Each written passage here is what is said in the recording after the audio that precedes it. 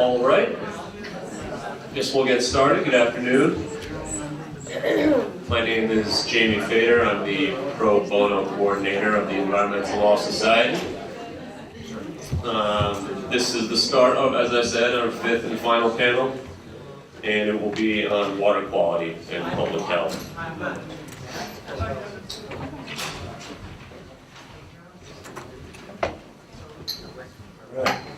Our first speaker will be Becky Allenback.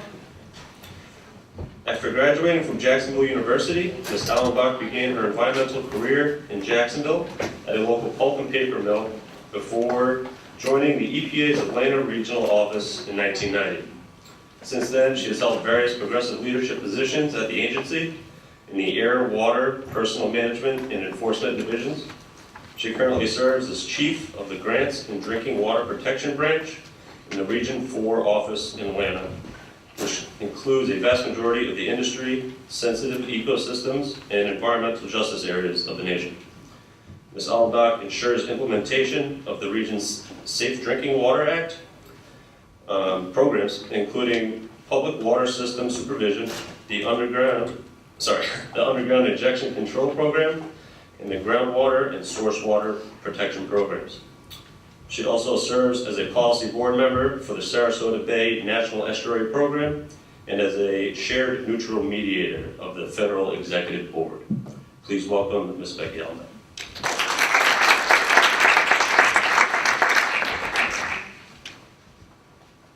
Thank you. I want to thank Professor Hull and Dr. White for inviting me to be here with you today.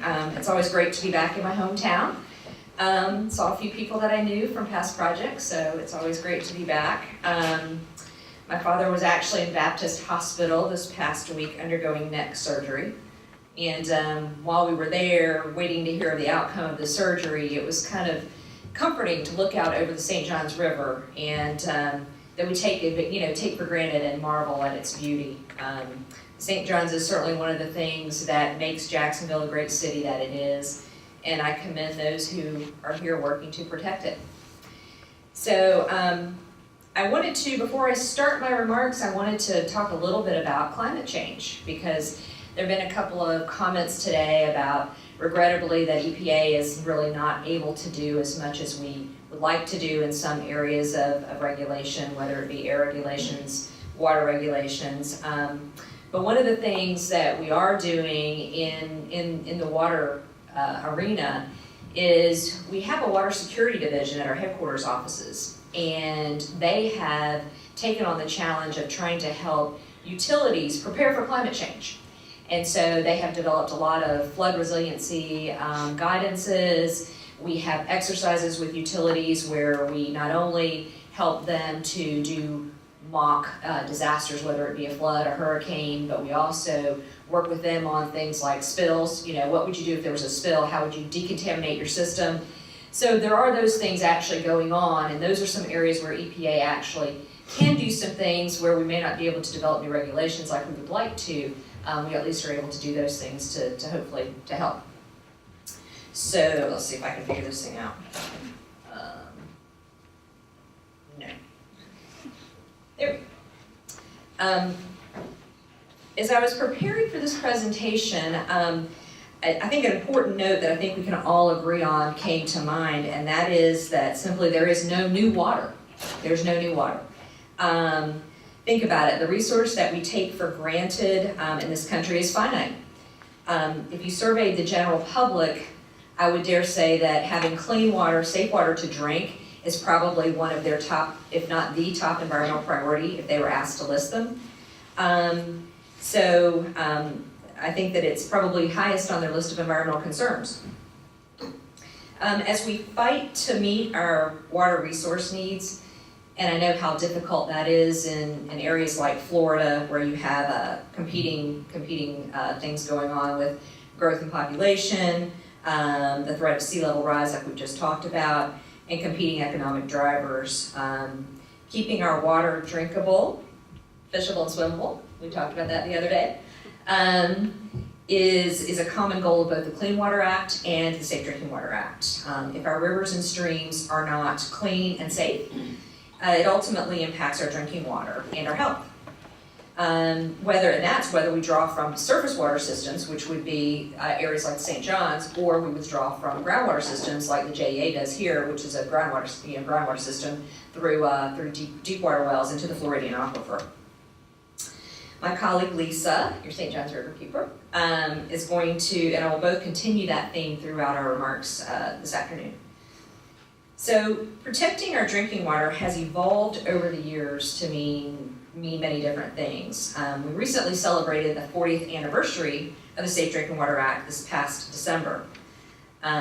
Fortunately, the cryptosporidium and E. coli outbreaks of the past are few and far between, although they do still occur in some instances. But water systems today, drinking water systems, are facing other challenges that I'll touch on in a moment. Approximately 400 billion gallons of treated potable water are used in the United States each day for drinking, cooking, washing, and bathing. 40 years ago, as you all know, our drinking water wasn't as safe. Sewage, chemicals, and trash were freely dumped into our rivers, lakes, and oceans, so sources of drinking water were polluted. The 1962 drinking water standards, which were actually promulgated before EPA was in existence, they regulated 28 substances, but only 60% of the drinking water facilities nationwide delivered water that met all those standards. Over half of the treatment systems facilities surveyed had major deficiencies involving disinfection byproducts, pressure on the distribution system, and their clarification systems. It was a giant step forward when Congress enacted the Safe Drinking Water Act in December of 1974.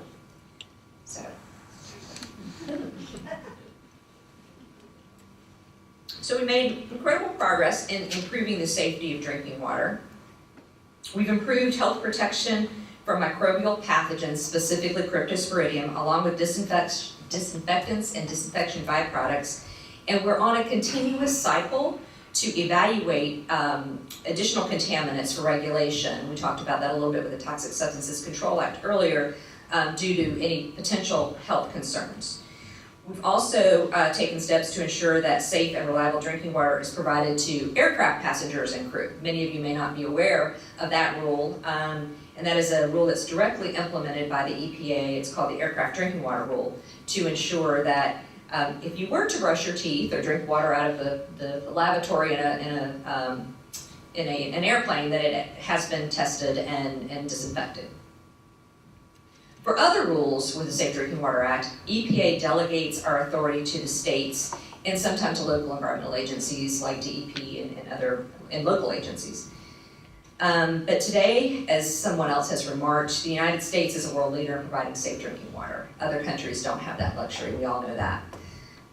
We now have regulations for more than 90 contaminants. I know we would like for there to be more that we regulate, but there's only 90 right now. And these include microorganisms, disinfectants, disinfection byproducts, inorganic, organic chemicals, and radionuclides. More than 290 million people depend on 50,000 community water systems across the country for safe, reliable water. Today, compared to the other statistic I read to you, 93% of the population receives drinking water that meets all health-based standards all the time. And residential customers pay on the average of $2.89 for 1,000 gallons of tap water. How much would this cost? This costs us $1,000 for 1,000 gallons of water, right? So that's a bargain, right? And if people ask me if I do drink the tap water, yes, I do drink the tap water. This isn't tap water, but I definitely drink tap water. The sooner we get people in the mode of realizing that water is a commodity and should have a higher price associated with it, the more they'll be willing to conserve and still allow for needed infrastructure upgrades. I don't know if many of you remember, there was a drought in the Atlanta area several years ago, and during that time we instituted water conservation measures, and we were able to reduce our water use by 30%. In the Atlanta area. But because of that, the utilities complained because the revenues weren't as high as they were. And of course, utilities count on a certain amount of revenue in order to be able to operate. And they didn't want to raise their rates. So we have to strike the balance, and I always say this in every talk I give, strike the balance between the environment and the economy in those instances. Conservation is really just the right thing to do. Okay, I'm going to talk about some key challenges moving forward, and I need my slides. There's my noted word slide. Okay.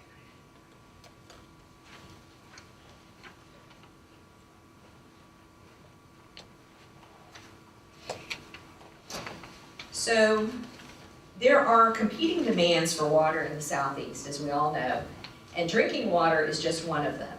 I'm not going to read through these for you, but you can see all the different competitors for water. And an increased competition for water results in increased hydrologic alterations in already highly altered ecosystems. And also leads to increase in application for reservoirs. In Georgia, at least, and I don't think it's quite as bad here in Florida, every small town out there thinks they need a reservoir, to meet their drinking water needs. Well, that severely modifies the ecological and hydrological flow, so if you hear it just termed as flow, of the surface water systems there. So that's not something that we're a proponent of. It also causes increase in withdrawals from groundwater, and then with that comes saltwater intrusion. I think someone else talked about that earlier. It leads to requests for additional interbasin transfers, water wars, like we talked about before. Someone asked, who helps different states talk to each other about different issues. Many of you may be familiar with the water wars going on between Georgia, Florida, and Alabama. EPA, even though we are a water quality, not a water quantity agency, did try to work with the states and with the Army Corps of Engineers to try to broker some kind of a solution there. I still know that there's a long way to go, but we did try to get involved in that. And then there's concern with potential litigation from NGOs, municipalities, and industrial facilities. On the state front, states and municipalities are really concerned about water availability. They're looking to options like aquifer storage and recovery and reuse. Aquifer storage and recovery is big in Florida. You have quite a few of those facilities where in several different instances, either stormwater is injected and pulled back later. If they have an excess in drinking water that they produce, they may inject that and pull it back up later when there's a higher demand. So those things are going on in Florida and in other areas of the country as well. Some states are looking at direct potable reuse, and by that I mean toilet to tap, no environmental buffer. And that's scary for most people. I mean, most of us, that's not very palatable for us to think that there's absolutely no environmental buffer in between. But definitely Texas and California are already have systems like that in place. We talked a lot about climate adaptation, extreme weather events. We all know that we just had that last presentation on that. I talked a little bit about source water protection. That's a concern of utilities. What if there is a coal ash spill again? What if there is an Elk River spill again, like there was in West Virginia that I think Eric talked about? What are we going to do if that? It's not a matter of if it happens. It's when it happens. It is if and when going to happen. So, and they're also worried about threats from emerging contaminants. Some folks talked earlier about endocrine disruptors and other things out there that we don't know. We don't know if they're causing us harm or not. So those are some of the things, as my boss would say, that keep us up at night, and I think that keep water systems and states up at night as well.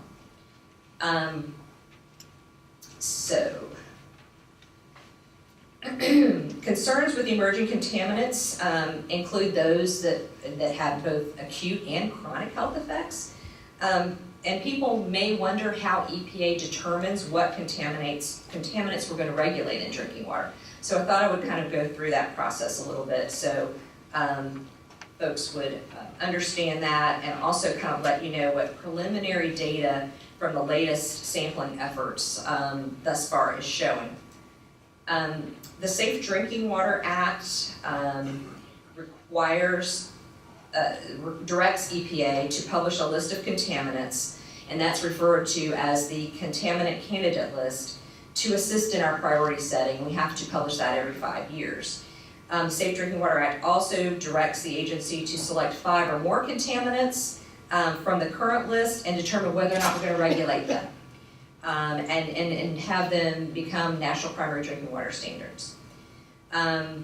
Unregulated contaminant monitoring, the process to monitor up to 30 different unregulated contaminants every 5 years, and the data is used to support those regulatory determinations. In order to regulate a contaminant, a Safe Drinking Water Act requires that EPA determines whether the contaminant may have an adverse effect on the health of persons, whether the contaminant is likely to occur or is a substantial likelihood that it will occur in public water systems with a high frequency. So in other words, if it's just an isolated contaminant in one area of the country from one particular industry, it's probably not going to become a national primary drinking water standard. In the sole judgment of the administrator, regulation of it presents a meaningful opportunity for health risk reductions for those served. Then every 6 years, we are required to review regulations that we already have in place and to revise those standards if necessary in order to improve public health protection. So it's a continuous process, and as someone pointed out earlier, we do have dwindling resources, but we do the best that we can to do that. So let's see. I'm going backwards. There we go. Okay, so the most recent unregulated contaminant monitoring rule we call UCMR 3, and it was published in 2012. And it was a list of 28 chemicals and 2 viruses that EPA said that we were going to actually have water systems go out and sample for. And when we do this, we pick a cross-section of systems, large, small, in order to try to determine the prevalence across the country of different contaminants.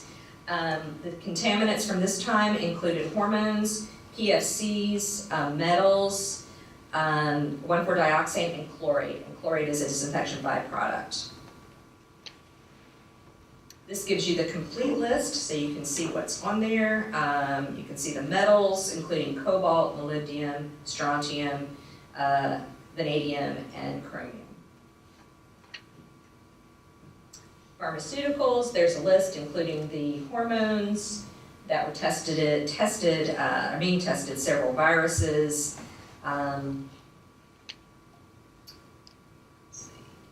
So far, we have 6 sets of results, and those are publicly available on the web from those different dates that you can see on the slide. It represents samples collected between January of 13 and July of 14, and then some after that, and the results are kind of being updated quarterly until the entire thing has been QA/QC'd. The UCMR 3 minimum reporting levels are based on analytical methods of today. So comparably, they have lower detection limits than those from UCMR 1 and 2, and therefore we're coming up with more frequent detects than we probably did for those 2 screening sessions. UCMR 3 reference concentrations, if you're wondering, are based on published health effects information where it's available. And the purpose is to aid in the interpretation of the results. Reference concentrations are currently available for 20 of the 28 chemicals, but not all of them. So some of the preliminary results that we found, many public water systems had detections of metals above the MRL. Between 3 and 4% of sampling results were above the reference concentration. Strontium was above the reference concentration, and vanadium was above the reference concentration as well. For chlorate, as I said, is a disinfection byproduct, meaning it is formed in the system. It doesn't come into the system, it's formed in the system when we add chlorine or chlorine dioxide. Chlorate was found in over 2,500 of 3,600 water systems had detections of chlorate.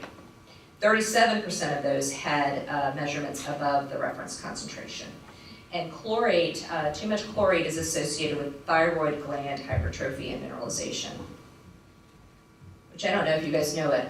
It was a statistic from Duval County that I had heard when I used to live here years ago that said that upon death and autopsy, it's something like 70-something% of us have nodules on our thyroid if you actually had an autopsy done. So I thought that was interesting. 1,4-dioxane, 700 of 3,600 public water systems had detects, 7% above the 10 to the minus 6 reference concentration, and none above the 10 to the minus 4 reference concentration. VOCs, one or more VOCs detected by 230 of 3,600 systems, and relatively few VOCs measured above the reference concentration. For PFCs, 72 of the 3,600 had detected one or more of the PFCs, and 12 public water systems measured PFAS above the reference concentration. It's probably in areas where there are facilities that manufacture it, which we have several in our region, one in Dalton, Georgia, and then several in Decatur, Alabama. For the hormones, 47 of the 750 public water systems detected one or more hormones. The reference concentration was available for 5 of the estrogenic hormones, but not the androgenic hormones. And then only one public water system so far in the country measured one hormone above the reference concentration. So that's good news, because I know a lot of us have been concerned about hormones being out in our drinking water. So, for viruses, pre-screening testing at 800 small groundwater systems. Of those, 330 sample results were associated with 310, and 163 had indicator detections for those viruses that you see there. So in order to regulate a contaminant, as we said earlier, I wanted to kind of go back over that. The contaminant may have an adverse effect on human health. It's known to occur in substantial likelihood that the contaminant will occur in public water systems. And then at the sole judgment of the administrator, the regulation of the contaminant represents a meaningful opportunity to actually protect public health.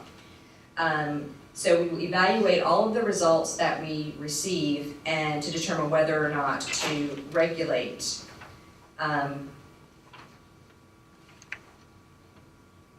And we have made a preliminary determination based on review of available health information that strontium may have adverse health effects in people without enough calcium in their diet, and this specifically was geared towards children and not towards adults.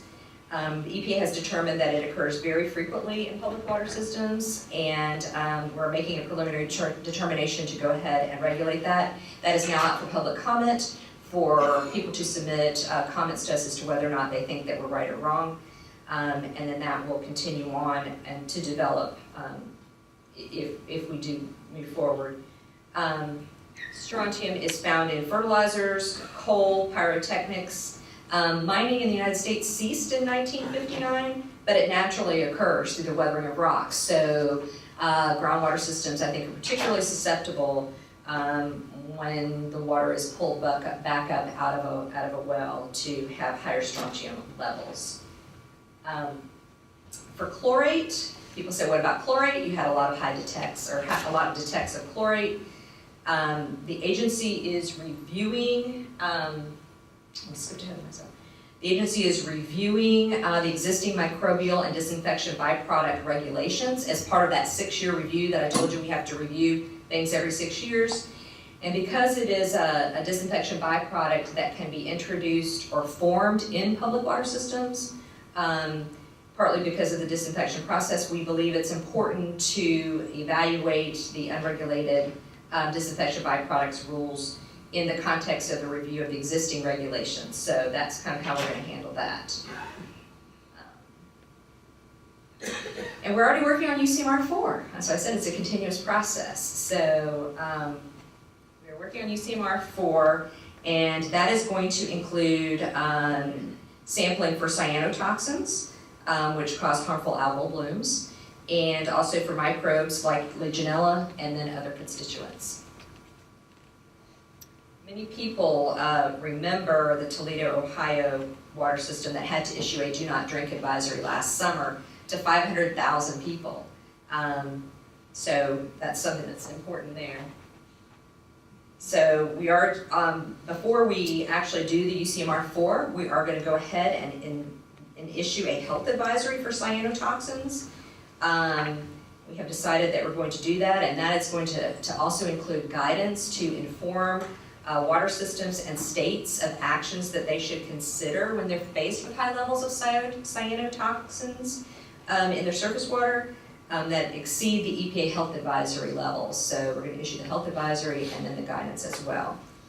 I know Lisa indicated that hadn't been too much of an issue last summer, but I know it has been in this area, the algal blooms, correct? Yeah.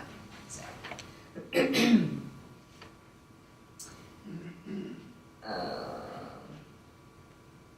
I'm going to wrap up. I don't know if I've exceeded my time. Have I gotten the word yet? Oh, I got the word. Okay. I just want to say that there are many other challenges to providing safe drinking water, and those are worth reviewing real quickly, even though we've talked about them kind of all day today, and certainly in my talk. Drinking water infrastructure requires regular maintenance and repairs and replacement. EPA estimates that the United States has a $384 billion need for drinking water system infrastructure upgrades. 97% of all public water systems are small, serving less than 10,000 people, and they face unique challenges like aging infrastructure, complying with regulatory requirements, workforce shortages, high turnover, increasing costs, declining rate bases. A lot of times these facilities are in environmental justice areas, and their income base just does not and cannot support increasing their rates to be able to upgrade their infrastructure. And unfortunately, a lot of our state revolving loan fund programs don't want to lend to cities and municipalities that they know can't pay them back. It's kind of a catch-22. The drinking water from local utilities or individual wells comes from groundwater, streams, rivers, lakes, and springs. And source water is often under pressure from pollution or development. We've talked about that all day today. Climate change is bringing warmer temperatures, sea level rise, stronger storms, more droughts. And finally, the population is expected to rise significantly, 55% from 2000 to 2050, which will further strain our water resources. So I'm going to turn it over to Lisa.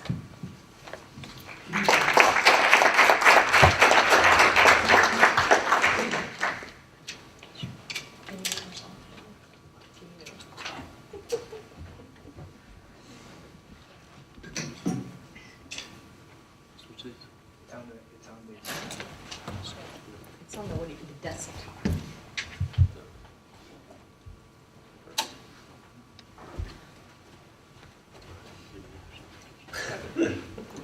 I dressed for Atlanta, man. Our second speaker on water quality will be Lisa Rinaman of the St. John's Riverkeeper. For those who don't know about it, it's the chief advocate and public's voice for the St. John's River. Ms. Rinaman's responsibilities include holding regulatory agencies and those polluting the river accountable, identifying and advocating for solutions that will protect and restore the river, working with government entities, businesses, and community leaders and citizens to resolve problems that impact the river's health, and communicating with the media and the public to educate and raise awareness about important river-related issues. As a former senior staff member for Mayor John Payton, Ms. Rinaman has extensive experience building consensus around issues and helping implement numerous environmental initiatives and policies. Ms. Rinaman was instrumental in leading the effort to develop and implement irrigation, fertilizer, and Florida-friendly landscaping ordinance to better protect St. John's and local waterways. She also played a key role in securing state funding for water quality improvements, organizing the city's successful manatee protection plan, and pushing for programs necessary to fulfill the River Accord restoration plan for Lower St. John's River. Please welcome Ms. Lisa Rinaman. Good afternoon. Thank y'all for the invitation and the opportunity to spend some time with y'all talking about water quality this afternoon. and the river that I love and I hope you love and I know we all value here in Jacksonville, the St. Johns River and all of her tributaries. It's been quite a pleasure. I've enjoyed getting to know Becky. We had a wonderful conversation and I learned a lot about EPA, what they do to protect our drinking water supplies. I did want to make sure to underscore that 90% of drinking water in the state of Florida currently comes from our aquifer, and we hope it stays that way. We continue to focus on living within our water means, and we'll talk a little bit later about the attempt to look at surface water for alternative water supplies. Let's see if I can figure this out. But really want to focus on what we believe to be a fundamental role of rivers. That healthy rivers flow is the foundation for healthy communities. American Rivers, really said that best, because our city, our community, our economy is only as healthy as the great St. Johns River that literally runs through our area. The St. Johns River is the largest river in the state of Florida. It runs over 300 miles. It starts in just west of Vero Beach, so a long way away from here, further south. It runs north. And so there's a lot of communities. There's a drainage basin of over 18 counties. There's 13 counties on her banks, as well as many tributaries and springs. So it's quite diverse. But one of the fundamental roles we focus on at the St. Johns River Keeper is to protect this great natural asset, because we believe that this is what we owe to future generations. We have a responsibility to not only improve this river as it is today, but make sure that we focus on providing a better river for future generations. These guys, your children, your grandchildren, their grandchildren, they're going to either inherit a healthy river and be able to celebrate like these guys are our good work, or unfortunately they'll pay the price for bad decisions. It's much more expensive to undo the damage done. As well as our river is swimmable, it is fishable most of the time, unfortunately not all the time, and we want to make sure we keep it. I posted this photo on Facebook and it was amazing how many people said, "You let your kids swim in the St. Johns?" And it's not always swimmable, but luckily it is on occasion. But unfortunately, we're not seeing enough of this in our river. We're seeing more of this. And that's really what our focus is to make sure that we look at the issues from both a real perspective of what's happening in our tributaries, what's happening in our waterways, and also look at policies that should be more protective. A lot of the work we do is done in Tallahassee. It's done in Palatka, where the Water Management District is located. It's done in Washington if we need to focus on policies there. But it's making sure we get good policies so we see less of this and more folks swimming and fishing in the St. Johns River and our tributaries. But unfortunately, the water quality is impaired in the St. Johns. This is from the 2014 State of the River report that was compiled by University of North Florida and Jacksonville University. And you can see all of these different indicators from salinity to nutrients were either unsatisfactory or were worsening or were uncertain, and that's another problem that we'll talk about in a moment. But all of these issues impact human health. It impacts the fish that we eat. Floridians eat about 60 times more fish per gram than people do across the nation. And so we eat a lot of fish. We want to make sure that we're protecting these and that we can eat our fish and we're not seeing warnings like you see with mercury in our fisheries. But nutrient pollution, big deal. As Becky mentioned, we're seeing too many algal blooms in the St. Johns. While we didn't see as many major ones last year, we did see algae in the water column 12 months out of the year. So it's out there. It's something we have to make sure that we're paying attention to. And these outbreaks not only have a negative impact on our human health, they also have an impact on our economy. Back on President's Day weekend. I'm forgetting what the weekend was, but there was a 3-day beautiful weekend 2 years ago in the marina in Doctors Lake. They actually had to cancel all of their boat rentals that day because she didn't want to put her customers in harm's way. The toxicity reports from that algae outbreak were off the charts. They were 200 times greater than safe recreational contact by the World Health Organization. So there's real human health issues. We have to literally tell people to stay away from the St. Johns River when you see green algae, to stay away from the fish, don't eat the fish. And that's a really hard thing for us to do because we want, as good citizens, as good stewards of the environment, encourage activity around the St. Johns, and unfortunately, that's not always the case when you see this. Back in 2005 is when I first got involved with the St. Johns River Keeper and trying to do something to turn this around. And if you were in town at that point, you probably remember the green monster. It was a huge monster of green algae that was literally attacking downtown. And luckily it got the attention of many policymakers as well as citizens to get involved. But unfortunately we have not moved the needle enough. In addition to nutrient pollution, we're impaired for bacteria. While it's improved a bit, we're still in unsafe levels of bacteria. This is from failing septic tanks, wastewater treatment plants that could be doing better, broken sewer lines, as well as animal waste. You know, people laugh when I say it's good to scoop up the poop when you're walking your dogs around your neighborhood. But if you leave this animal waste out, it goes in the storm drain. A lot of these older storm drains aren't designed to take that pollution out, so it just adds to this problem of both nutrients as well as bacteria. Unfortunately, 75 tributaries in the lower St. Johns River are impaired, and so it's a big problem. And again, there's many signs out there that say you can't eat the fish, you can't get into these waterways. We live 2 blocks off of Hogan's Creek in the old historic neighborhood of Springfield, and it's very difficult keeping my 6-year-old and 8-year-old out of those creeks. And it's very heartbreaking to see people fishing and getting fish that they need to live, and they're fishing right next to a sign that says do not eat the fish. But it's something that they're doing and something we as a community need to get our arms around.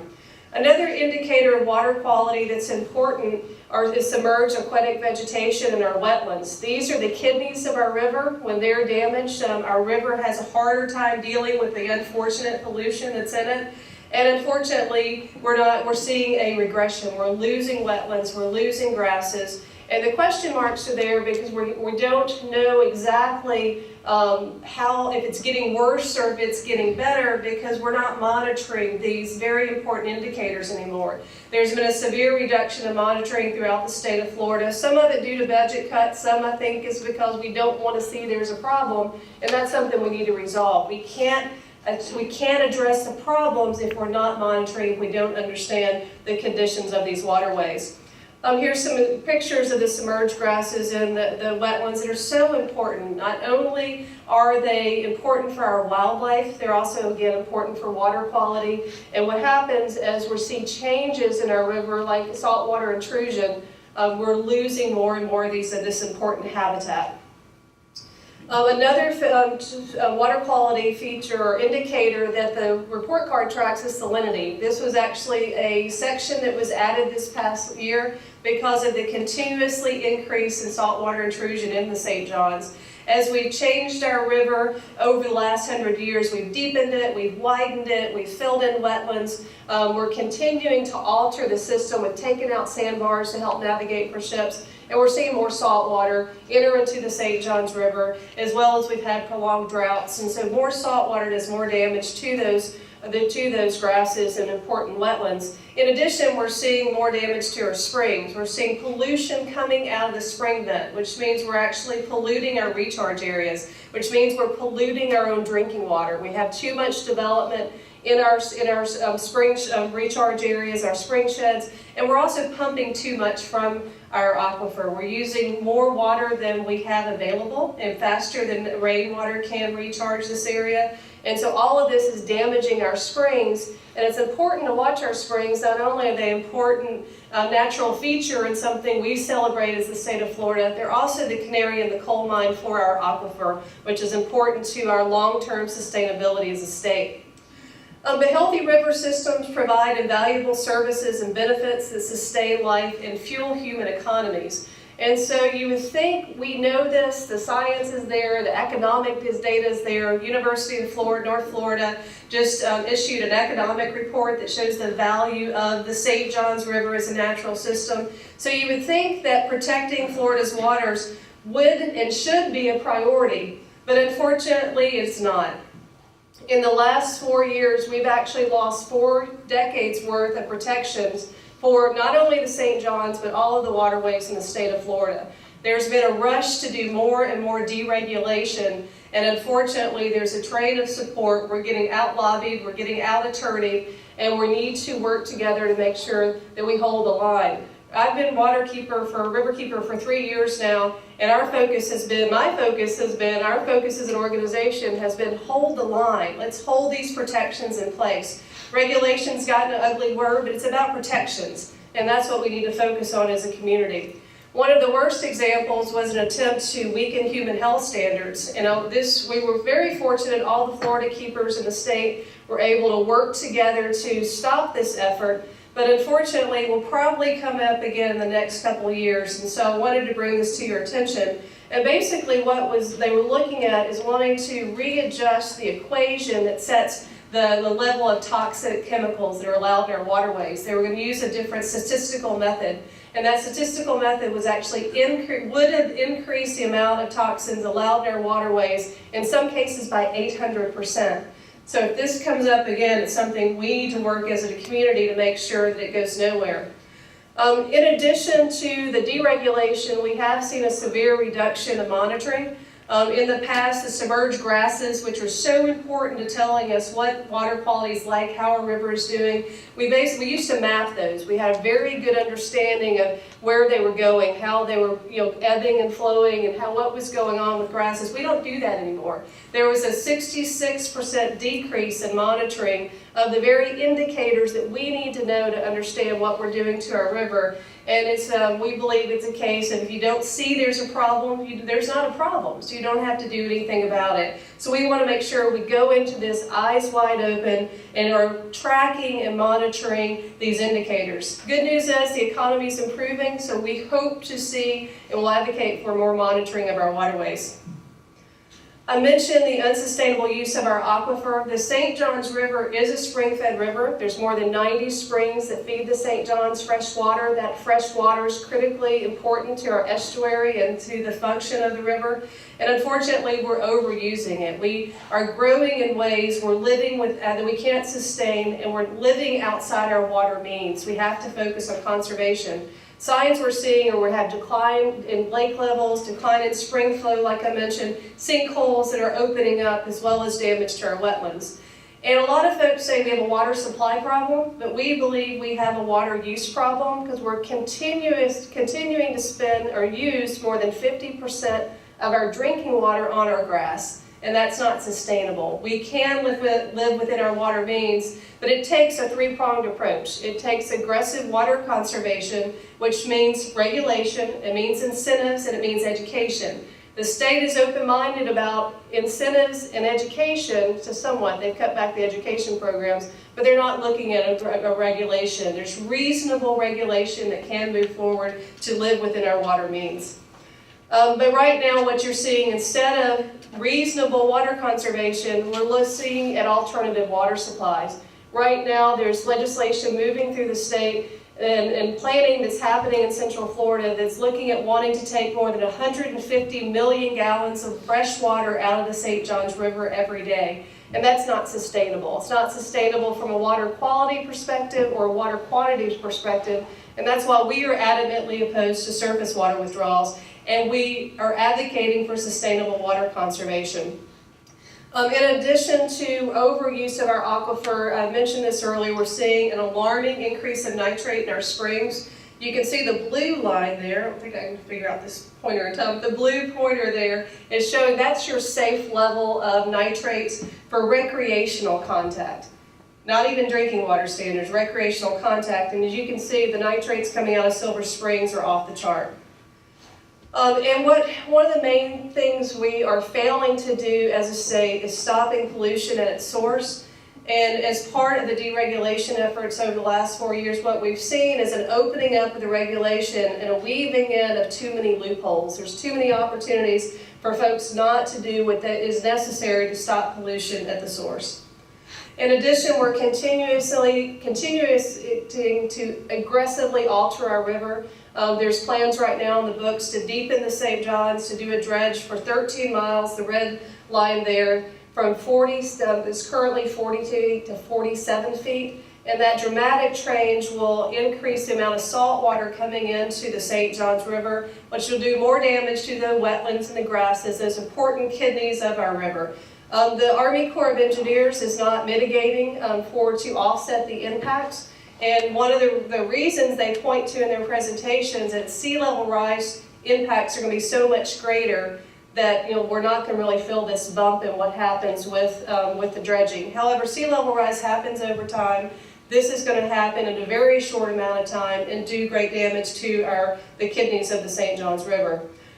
Something we can do, and something Becky talked to, actually one of the earlier presenters talked about, is prioritizing clean and safe energy. This is our coal fire plant, one of 3 on the St. Johns River. We see this out of our window every day, as well as spend some time on our boats checking out what's going on around this. And there's concern about surface water contamination, air contamination, which will lead to surface water contamination, as well as groundwater contamination due to these coal fire plants. So really focusing on renewable, clean, safe energy. As well as we need to stand united with one voice, and if we care about clean water, we have to make sure that that voice is being heard. So we're working with the Floridians for Clean Water. There's a great movement of more than 150 organizations. We had a rally in Tallahassee last week where there were about 400 people on the steps of the Capitol, and it's a way that you can stay involved in issues that are happening in Tallahassee, and you can find out more at wewantcleanwater.com.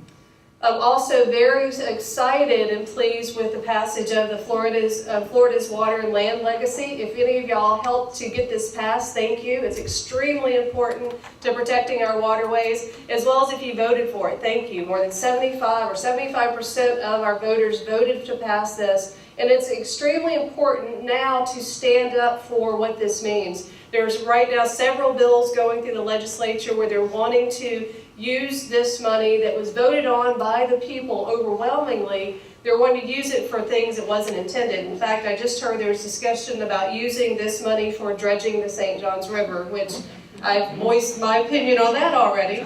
But there's also been looking at using this for harmful surface water withdrawals, or using this for septic tank improvements. It's supposed to be focused on protecting our springs, our rivers, our conservation areas, so we need to stand together to make sure we protect the vote of the people. And Becky mentioned too the Clean Water Act, and that's something that we work on. We're part of an organization called Waterkeeper Alliance. We're more than one of 240 waterkeepers. We have 6 in Florida. So we work together to make sure we can hold the line on protections at both the state and federal level, but then use all the tools we can to hold polluters accountable. I just want a final note, and then I'll turn it back over to you guys for questions. But rivers will sustain us if we sustain them. That's what St. John's Riverkeeper is about. That's what many folks are about around the state. So I look forward to working with you all to protect Florida waters and the St. John's and answering any questions that y'all have today. Thank you for your time.